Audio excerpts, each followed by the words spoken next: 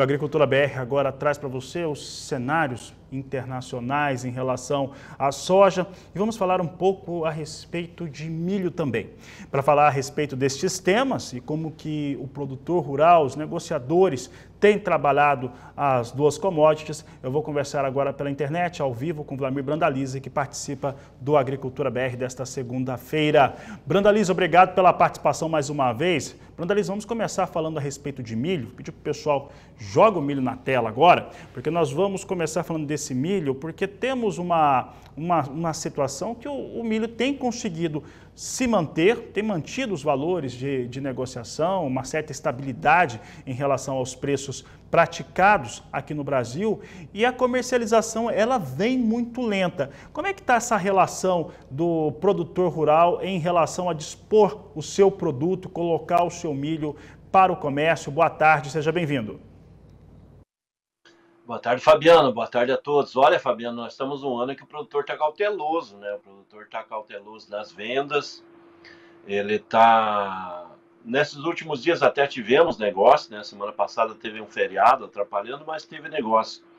O pessoal tem aproveitado para fazer algumas trocas, né, Fabiano? No caso do milho, o milho está com uma boa relação de troca aí para os insumos, né? Como teve queda de valores dos fertilizantes, aí, oportunidades de trocas, o produtor está usando o milho mais como moeda, como um produto para vender efetivamente, né? Porque a demanda interna de milho, ela está bastante lenta. O pessoal das indústrias da ração estão trabalhando com o que tem nos estoques e apontando que vão esperar para comprar milho só no ano que vem, porque a safra de verão está andando bem no sul.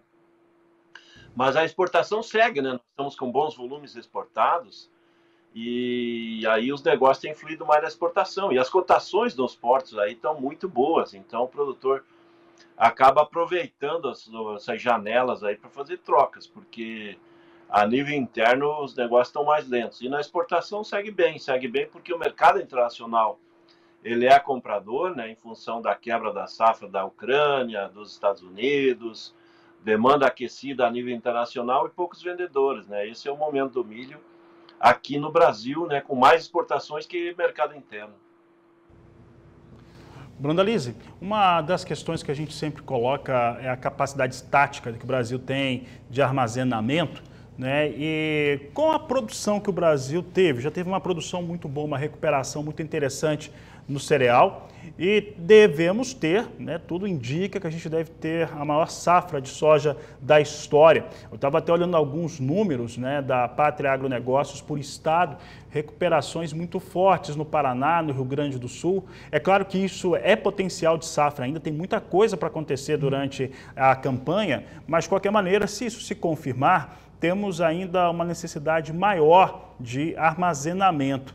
Aquele momento, lá em final de dezembro, a gente já deve estar colhendo soja em alguns estados brasileiros, não só no Mato Grosso, mas principalmente em janeiro. Podemos chegar em janeiro com muito milho armazenado no Brasil? Olha, Fabiano, eu acredito que sim, né? Porque ainda tem bastante milho para negociar e não vai ser negociado aí nesses próximos... Nós temos 6 semanas para fechar o ano, né? Então, o ritmo dos negócios normalmente vai até o final de novembro, a primeira quinzena de dezembro já começa a desacelerar, né? Então, temos pouco tempo, né, Fabiano? Então, eu acho que vai sobrar muito milho, sim, nos armazéns. Esse milho vai dar de frente aí com essas primeiras sojas que vão entrar já em dezembro, final de dezembro, janeiro.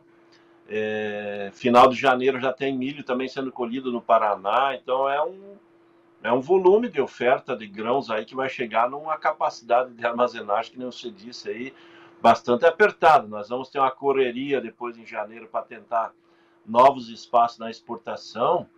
Isso não é bom para o produtor, porque há um risco de o mercado ter pressão de baixa aí nesse período de janeiro. Isso pode acontecer tanto com a soja como o milho, né? Porque você não tem onde colocar ele, você vai ter que destinar ele aos portos. E mesmo que isso não venha afetar Chicago, mas normalmente afeta os prêmios, né? E daí o valor final para o produtor ele fica pressionado para baixo, né? Isso esse ano tem grande chance de acontecer. E essa é a grande questão hoje que a gente tem que responder, né, em termos de planejamento em torno de comercializar milho e começar a recepcionar a soja que será colhida. Agora, falando de soja, Brandalize, importações chinesas, o mês de outubro apresentou um número um pouco menor se comparado ao mesmo período sazonal. Pelo que a gente enxergou, os Estados Unidos tiveram problema para entrega, tiveram problema em relação à sua logística, demoraram um pouco para resolver aquilo também. Tem os problemas da própria China na sua recepção e aquela confusão que eles têm em relação a administrar os fatores que são relacionados à Covid. E os chineses vieram comprar soja aqui no Brasil, tentaram comprar soja na Argentina, isso é um fato. Essa questão de ter um volume menor registrado em outubro é algo que é relevante, deve ser um motivo de preocupação? Ou, na verdade, a China vai ter que compensar essas aquisições menores no mês de outubro, essa entrega menor que teve no país no mês de outubro? Olha, Fabiano, para nós aqui, para o mercado brasileiro, é até positivo essa notícia deles terem comprado menos lá, né? Porque agora eles têm uma demanda que é uma demanda crescente, aí vai precisar perto de 100 milhões de toneladas importadas, e eles precisam aí fechar esse ano ainda. Se eles comprassem tudo que eles normalmente precisariam para esse período, aí até o final do ano precisaria mais umas 10 milhões de toneladas. Há grande chance que eles não comprem todo esse volume ainda nesse restante de ano. Mas a boa notícia é que eles devem entrar em janeiro comprando forte, né? Normalmente eles entram em fevereiro aqui no mercado brasileiro. É provável que eles já comecem em janeiro. Porque a safra americana esse ano também foi comprometida. A safra é menor, americana, que nem os citou, eles tiveram problema de logística, né, devido aos rios muito rasos lá no meio oeste americano, né, os transportes das barcaças aí tudo com carga abaixo do ideal, né, barcaças com meia carga, 2/3 de carga. Isso acabou atrapalhando também parte dos embarques americanos e eles também compraram menos, né.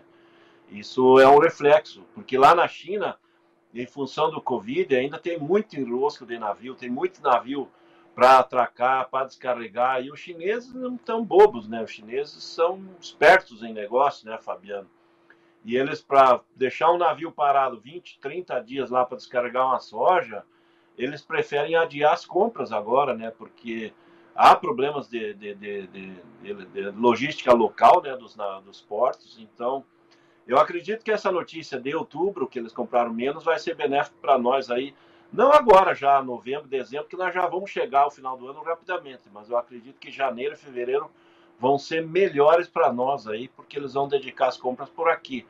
Esse mês ainda eles compram nos Estados Unidos, aí até lá para o dia 10, 15 de dezembro, e depois é normal dar uma desacelerada no mercado, né? Então, dá para considerar que seja uma boa notícia para nós, né? Não para os americanos. Né?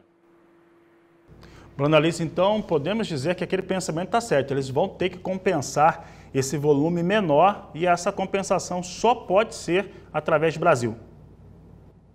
Provavelmente sim, né? Porque levar em consideração que em janeiro, a maioria dos rios americanos, ali quando chegar no final de dezembro, janeiro, o escoamento americano fica travado, né, por causa do congelamento. As nevascas congelam os rios e aí não tem muita logística. Então, os embarques que acontecem ali na parte do Golfo do México, normalmente eles são puxados agora até novembro e provavelmente o início de dezembro. Depois desacelera muito ali, eles vão conseguir embarcar só depois do final de janeiro, fevereiro em diante, que daí é a safra brasileira, né? Quando tem safra brasileira e safra americana, na mesma opção, os chineses preferem a nossa, né? Porque a nossa, em média, dá para considerar que a nossa soja tem 4% a mais de proteína que a americana.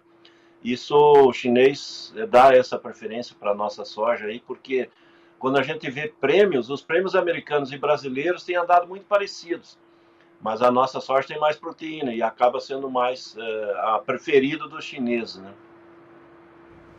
Brandalize, dando sequência aqui na nossa conversa, na nossa entrevista, tivemos aí alguns dias, né, a gente pode dizer que nós tivemos um veranico em alguns estados importantes produtores, Mato Grosso do Sul, São Paulo, parte do Mato Grosso também vive uma situação semelhante. O Paraná também teve ali um momento de ficar sem chuvas. Semana agora, hoje, quando chegamos aqui, a grande questão era ver os mapas de chuva para saber quando chove. Mas alguns produtores já começavam a falar em risco de replantio em algumas áreas. Isso pode vir a ocorrer, o que isso significa em termos das margens, da rentabilidade do produtor brasileiro? Olha, alguma área, se não chover nessa semana até o final de semana, provavelmente algumas áreas vão ter que ser replantadas, né? Porque principalmente áreas aí do sul do Mato Grosso do Sul, que são áreas de solo mais arenoso, na parte do noroeste do Paraná, alguns pontos sim. Mas eu acredito que essas chuvas, pelo que a gente está vendo com o pessoal do clima, ela deve começar a entrar hoje aí já no Brasil, e até o meio da semana aí vai ter muita chuva sobre as regiões que estão sofrendo com estiagem agora. E eu acho que a soja é uma planta bem agressiva, não vai ter muito problema não. Aparentemente nós vamos para uma normalidade de clima aí essa semana, com chuvas, tudo andando dentro da normalidade. Se a gente voltar um ano atrás, tanto aí do Mato Grosso do Sul para baixo, no mesmo período do ano passado já estávamos na seca, né? Nós já estávamos num período de seca e não choveu até dezembro, né? Então, esse ano aí, nós estamos numa condição melhor e tem indicativo que vai chover essa semana, né? Tá certo, Vlamir Brandalize. Brandalize, para encerrarmos a nossa entrevista, expectativa para esta semana. Nós estávamos olhando agora a soja em Chicago, ela vem muito próxima à estabilidade agora, estava caindo um pouco mais cedo. Como que você espera que sejam os negócios nesta semana, já que os fatores externos à cadeia produtiva também têm colocado vários parâmetros diferentes no negócio? Olha, Fabiano, é final de safra americana. A safra americana está praticamente colhida. É uma semana que normalmente é lenta e de proteção. Não tem, historicamente, se a gente for ver essa semana, é uma semana que não tem muita movimentação. Na quinta-feira é o feriadão mais importante dos americanos, depois de 4 de julho, que é o Dia de Ação de Graças, né, que é a festa da colheita americana. Quando começou essa festa no passado, era a festa da colheita. Agora é uma festa nacional americana, e quinta-feira tudo fechado. Na sexta-feira o pregão trabalha meio turno, mas é um feriado que o pessoal aproveita para viajar, e daí é tudo paradeira lá em Chicago. Então é uma semana curta, é uma semana que vai até a quarta-feira de movimento, e aparentemente hoje a China não entrou no mercado americano, a gente não recebeu nenhum relatório deles lá de compras. É uma semana que vamos andar de lado, uma semana que não mostra muita notícia importante, a não ser que nós tenhamos algum movimento grande de paralisação de embarques aqui no Brasil.